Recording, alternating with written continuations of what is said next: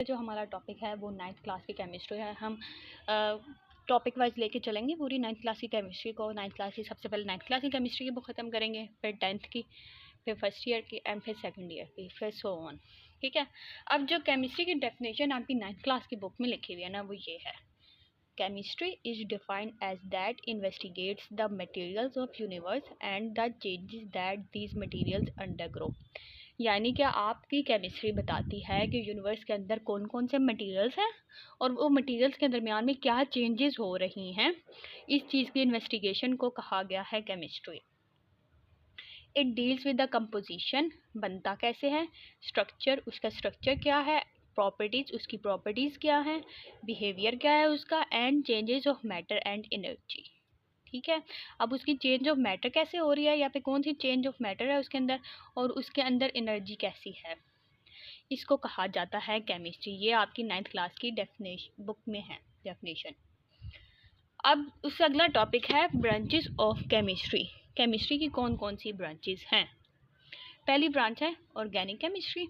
It is a branch of chemistry that deals with the substances containing carbon except carbonates, bicarbonates and oxides and carbides. यानी कि आपकी ऐसी branch of chemistry है जो deal करती है कार्बन कंटेनिंग कंपाउंड को, इसके अलावा एक्सेप्ट यानी कि उनके अलावा carbonates, bicarbonates, oxides and carbides, इनके अलावा बाकी सारे जितने भी कार्बन से कंपाउंड हैं उनको डील करती है, उसको कहते हैं organic chemistry.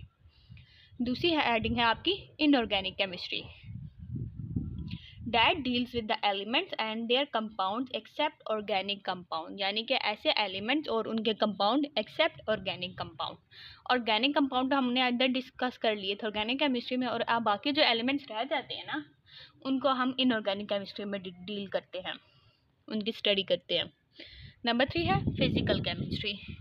That deals with the laws and theories to understand the structure and changes of matter. यानी कि ऐसी केमिस्ट्री जो डील करती है लॉज के साथ, थेरीज के साथ, और अंडरस्टैंड करती है कि इसके स्ट्रक्चर कैसे है या इसके अंदर कौन कौन सी चेंजेस ऑफ मैटर हो रही हैं, इसको कहते हैं फिजिकल केमिस्ट्री। यानी कि आपका वो फिजिकल स्टेट बताती है आपकी, उसमें कौन कौन से लॉज लग रहे हैं और थेरीज कौन सी बन रही हैं।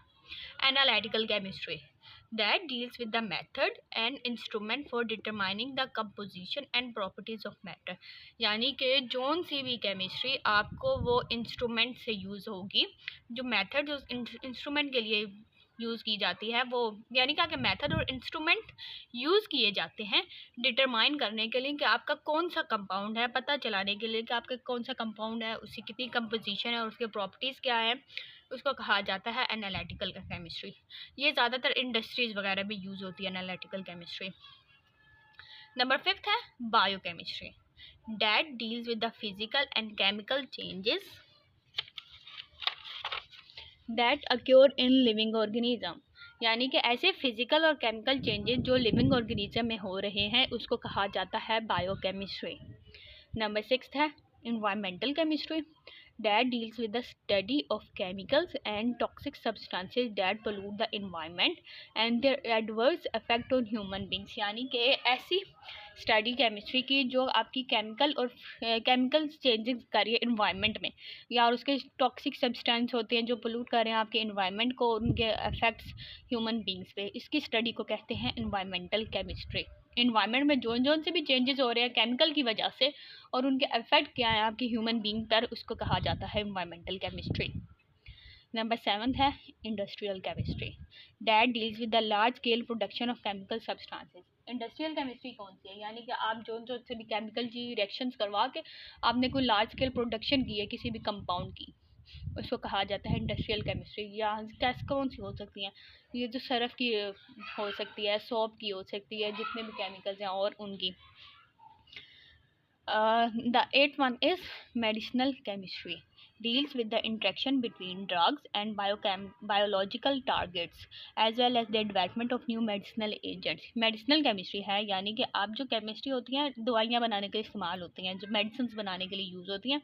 क्यों? क्योंकि जो हम इंट्रैक्शन करवाते हैं ना अपने ड्रग्स का और आपके बायोलॉजिकल टारगेट्स होते हैं, यानी कोई भी वायरस है या बैक्टीरिया, इसके दरमियान आपको जो इंट्रैक्शन होता है इसके दरमियान में जो केमिस्ट्री लगती है उसको मेडिसिनल केमिस्ट्री कहा जाता है। क्योंकि जब आप दवाई बनाते हो ना, ड्रग्स, उसको आप किसके लिए बनाते हो, किसी बायोलॉजिकल ट्रीटमेंट के लिए बनाते हो ना, उसके दरमियान में जो केमिस्ट्री होती है और आप उसकी डेवलपमेंट करते जाते हो, यानी कि उसको अच्छे से अच्छा बनाने के लिए जो यूज़ होती है, उसे कहा जाता है मेडिसिनल केमिस्ट्री।